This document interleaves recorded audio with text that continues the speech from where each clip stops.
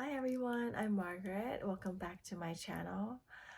It is currently 1 something in the morning and I really want to make this video because I feel like I had a breakthrough today and I want to share it with you. So in order to have intimacy in your relationship, you have to be willing to let go of victimhood. You have to be willing to let go of the negativity.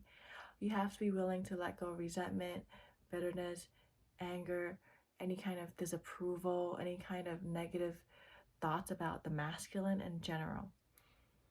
You just have to be willing to say, okay, I am willing to forgive the past. I'm willing to forgive the way you hurt me, willing to forgive all the times I felt taken for granted, all the time every time I cross my boundaries for you, and forgive yourself for it as well. It's just a lot of forgiving, a lot of clearing out baggage, clearing out old hurts and resentment and anger that's just been festering. And it's understandable why women have so much disapproval of men and so much bitterness and anger from feeling like used, feeling taken advantage of, feeling taken for granted, feeling unappreciated, feeling like just being used. And I can see that. I totally, of course, I can see that. But at the same time, I feel like men are at the overall collective consciousness of men are so beaten up for things that they are completely like even unaware of, that in order to move past this battle, us women have to say, all right, we hurt you long enough. We've beaten the masculinity out of you long enough. And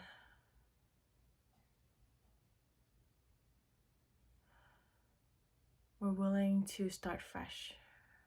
We're willing to start fresh by removing our resentment towards you, be willing to change our perspective towards you. And it starts with our own, our own men in our lives. And I'm willing to do that now. I'm willing to and some women are so like, no, I can't let go. I can't forgive. They're awful. He's an asshole. Like, to hold on to such toxic thoughts and energy about men. And when that is your lens of men, you can't help but talk to them in a very disrespectful way, talk to them in a very disapproval way that really hurts them even more. And it doesn't do us any good to have men in our lives that are hurting. So, and if you can't let go of if you really can't let go of your hurt, you have to ask yourself why you want to keep holding on. And how does it serve you to be stuck in a victimhood state? Because when you're in this state of victimhood and having all these negative thoughts, and at the same time you're saying, I want your love, I want you to appreciate me, I want you to love me, and I want you to serve me and make me the queen of your life, they can't possibly do that because the energy you're giving out is, I don't even like you, you're awful, you're gross, you're such an asshole, you're such a jerk. They can't possibly want to make you a queen when they sense that's how you feel about them. And the truth is, men literally yearn for your approval and your appreciation. That's like what they live for. That's what they are breathing. Like that's what they breathe and like hope to get from like just doing everything that they do, even though it's like not up to your standard. But that's what they're trying to do by like even going out of their door in the morning. That is like what they want. They like, or working or like earning money. That's like literally all they want. It's just like, I want a woman who can accept me and appreciate me and see the good in me, that I can be her hero. Like, they're not, it's very subconscious in them because that's their first love is their mother. That's what they want. Like, if I have two little boys and that's all they want to be. And for me is, I want to see my mom happy and love me and accept me. That's literally all they want. Uh, they're literally wired to serve women. I mean, not in a bad way, in a good way. Not in a way that makes them like lower than us, of course not. But, and women, of course, want them to lead. And for them to lead, they have to feel accepted and they have to feel appreciated and worth it. So, to shift that dynamic, it starts with you removing all that poisonous energy in you towards men and the masculine, and be willing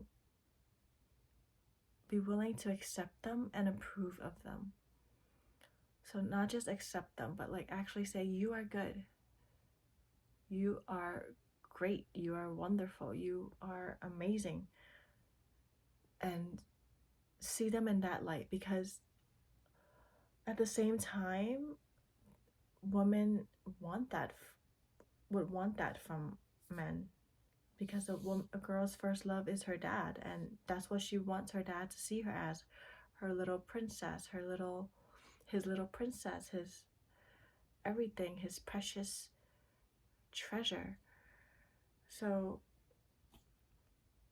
whenever we fall short, you would want the man in your life to see, you're still my queen, you're still my everything, you're still my precious love. Like, it's the same thing. So you want to be able to give that to him. And yeah, yes, in a way it sucks that it seems like we have to be the one to take the step forward, but at the same time they yearn for us so much more deeper. It's so their desire for us, for them to want us, is so much deeper. It's literally like what they live to breathe. To It's just the way it is. We are the goddesses, and they literally cannot help but to are wired to want to make us happy, to chase us, to please us. um it's almost really romantic if you really try to tap into their subconscious of everything they do is like to be good enough for us, and everything that we do is to be good enough for them. But once we realize we are already good enough for them, there's no need to try and be good enough for them, and we are good enough. That's when our love becomes so much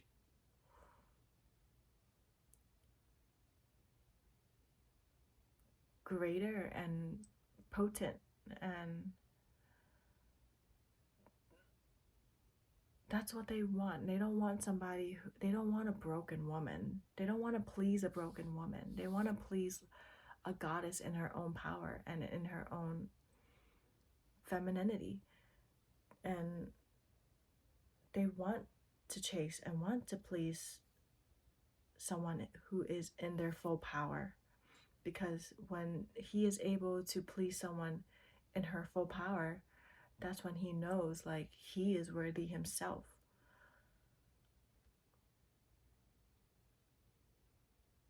Yeah. And I tried shifting into a state of like disapproval, into a state of being like a fresh, being a breath of fresh air, of just like, I'm fine, I'm happy, and I am open to being pleased by you. I'm open to love, and I will openly give you phrases. And I definitely do feel an energy shift today. And there's no need to like, and I think when women get so resentful and bitter, they subconsciously know like he wants my approval and I'm not going to give it to him. I'm going to make it so hard that it's going to be impossible for me to give it to him. And even if he does try, I'm not going to give it to him because I feel so hurt by it that I'm just going to withhold it. That becomes the energy of like a really bitter woman. And ultimately, a relationship would never improve because he's never getting the fuel he needs to keep trying. And that's really sad because he keeps trying. So I think that is the key to really making a man do whatever you want him to do, and to worship you and please you because it makes him happy too. And that is your, ultimately, your love and acceptance and approval of him that's genuine. And in order to even get there, you have to clear yourself of the negative toxins and poisons that you're holding about the masculine, not just him in general, but like for men in general. So, yeah, that's what I want to say today. That there's no need to keep holding on to hate, because the more you hold on to hate, the more you're depriving yourself of love and masculine presence and masculine containment, because we want that too from men. I know it seems like, the way I'm putting it, it seems like we're making men our little like bitches, but it's really not, because when a man is able to give us that level of devotion towards us, of like commitment, the only thing we want to do is to give him back. Like it's an equal exchange of like, it's like finally being able to breathe in a relationship, like an inhale and an exhale of like freely giving to each other, freely, like an exchange of air and love. It's not like a tight holding of not giving that you're in when you're bitter about each other. It's an open exchange. It's like a hug. It's like acceptance. It's like the way relationships are designed to be, like a giving and taking of nourishment for each other. Anyways, I hope you guys have a good night. If you are interested in learning more, please let me know in the comments. I would love to keep this discussion going. I love talking about things like this. So, good night. I love you.